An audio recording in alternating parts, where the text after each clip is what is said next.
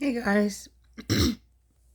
So I was in the middle of doing a video about my body insecurities when my phone died. So I'm doing another one. So I have insecurities surrounding not wearing black lipstick. It's one of my biggest insecurities because I don't like the way my plain mouth looks. I feel like when I don't have on my black lipstick that my face looks pale.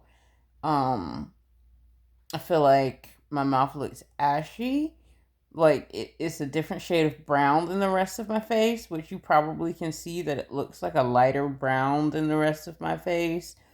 And maybe it needs to be like exfoliated or some shit after wearing lipstick all the time. Like I don't know what's going on, and I have like a pimple over here that's light colored, that's not helping the situation. But like I wear this black lipstick every day, and I've been wearing it every day for like 5 years now. And unfortunately, I've grown so attached to it that I no longer like to see my bare face.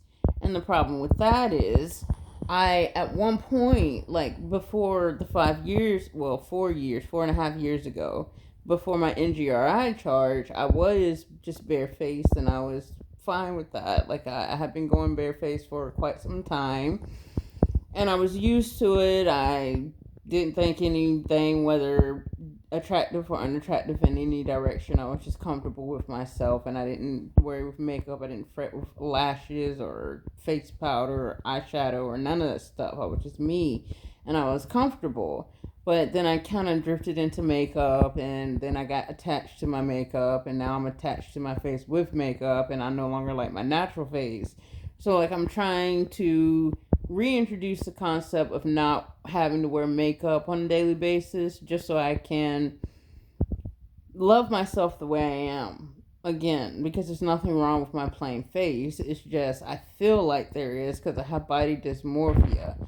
So the body dysmorphia, like, it makes me feel like my face is out of whack, because also the camera is something with the lens on this camera. It just makes everything bigger, I've noticed, because in real life my nose is small, like, and it doesn't look small. It looks like a medium-sized nose on this camera, but in real life my nose is really petite. But you guys have never seen that because you're looking at me through the same phone. So my nose looks big in all of my pictures and in all of my videos, and then my eyes look they look really squinty, but my eyes look kind of full in real life. Like, they look full in real life. And I don't like these lines that I have on here. And then this is dark shadow right here that I have. And then the same thing going on the other side. So I don't like my eyes very much just because of these lines that I have under here. That, I don't know if they're bags or they're just creases or whatever is going on under here. But like, I'm not a fan of them. And then I don't like, I've come to dislike my nose because I'm in this camera on like social media so much, and my nose looks really big up here. Like, it's not big in real life, but like, it looks really big up here. So I'm constantly seeing a skewed image of myself unless I look in the mirror. And with body dysmorphia, even then, when you're seeing yourself, it's skewed. Because I remember my grandma always telling me every time she saw me, "Oh, you have the cutest little nose," and like all this stuff. So like, I'm always hearing this feedback about like what I look like, but it never matches what my eyes are seeing, because the body dysmorphia, the way it works in my case, it makes everything look bigger. So like, my weight looks bigger to me than what it's looking like to other people. Like my nose, my mouth, like everything just looks bigger to me. So I have some insecurities with like my stomach looking bigger than it is, or my butt looking like grotesquely huge, or like my breasts looking way too big, or just everything looking disproportionate to the rest of my body. And I have a hard time seeing my whole body as like a solid image. Like, I see individual pieces of my body when I look at myself.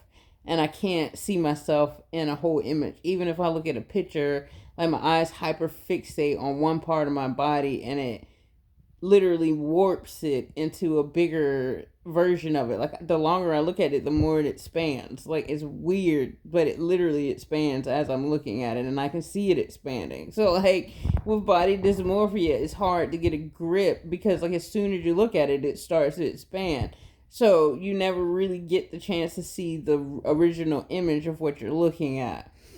So it's like looking at in a funhouse mirror. Every time I look at pictures or look in a mirror, and it's weird because, like, I never really get to see what I look like, and I never really know what I look like, which is why, a lot of people with body dysmorphia whine. I'm asking for reassurance about what they look like in a certain outfit, or what they look like in a certain position, or a certain pose, or in a certain picture. And, like, Google and ChatGPT is trying to talk about how to fix body dysmorphia by not seeking that reassurance and trying to remind yourself not to look into the mirror every so often, or how to scan your body from head to toe in one quick motion instead of hyperfixating on one particular part of your body. And, like, it's a lot of little tips and tricks on how to fix body dysmorphia, but none of it really talks about how to retrain your brain to not warp your image. Like, there's no advice on how to fix the warp part of it. It's just advice on how to not freak out about it.